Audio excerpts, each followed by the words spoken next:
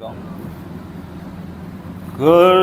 دیا حق نے یہ اعلان ابو طالب کا، کر دیا حق نے یہ اعلان ابو طالب کا، محسن دل پہ احسان ابو طالب کا، کر دیا حق نے یہ اعلان ابو طالب کا، دور حاضر تھا مسلمان ابو طالب کا،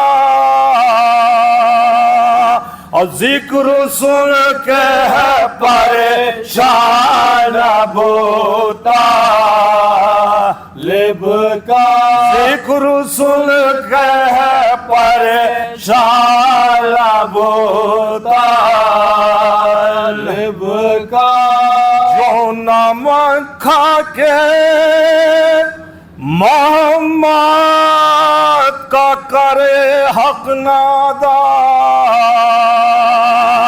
کیسے مانے گا وہ فرمان ابو طالب کا، کیسے مانے گا وہ فرمان ابو طالب کا، کر دیا حق نے یہ اعلان ابو طالب کا، شیخ جی اپنے گریبان میں پہلے جھانکو،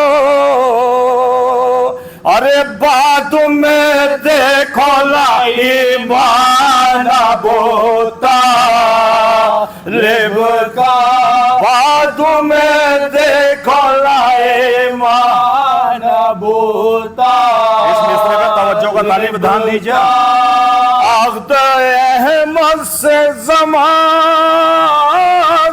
کو یہ ملتا ہے ثبوت، اس قدر پختہ ہے ایمان ابو طالب کا، عقد احمد سے زمانے کو یہ ملتا ہے ثبوت، اس قدر پختہ ہے ایمان ابو طالب کا، الفت حیدر قرار ہے جس کے دل میں،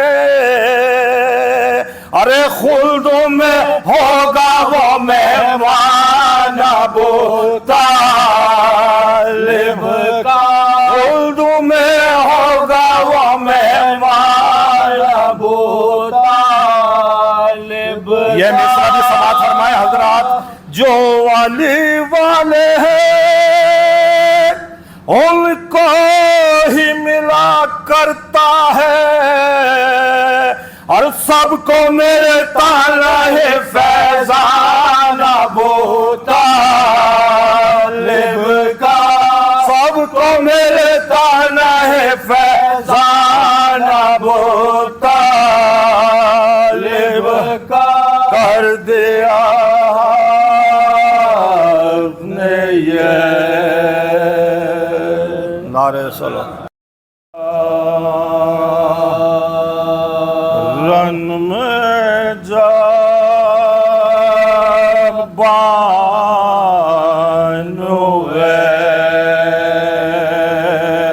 بے کس کے سوارے آئی، رن میں جب بانوے بے کس کی سواری لاش اکبر پہ یہ کرتے ہوئے زارے اٹھ میرے لال میں مشتاق تمہارے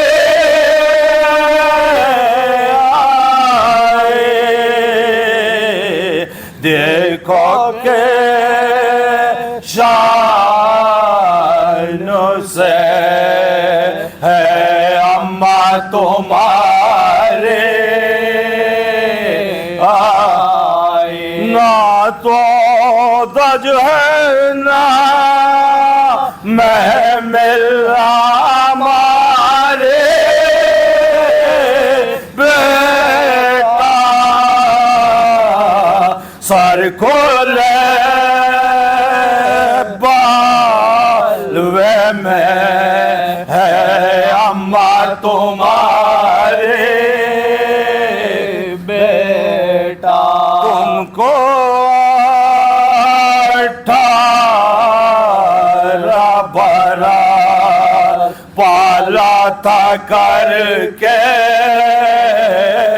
میں نہ صدقے کے تم پیسے کل میں نے جہاں کے دولت جی میں کہتی تھی کہ بڑی دی ہے خدا نے دولت کام میرے ہوگا جو وقت آئی آفت تو گلا اپنا کٹایا تم نے ہر خود تو آفت سے چھوٹے ماں کو پھنسایا تم نے رن میں جا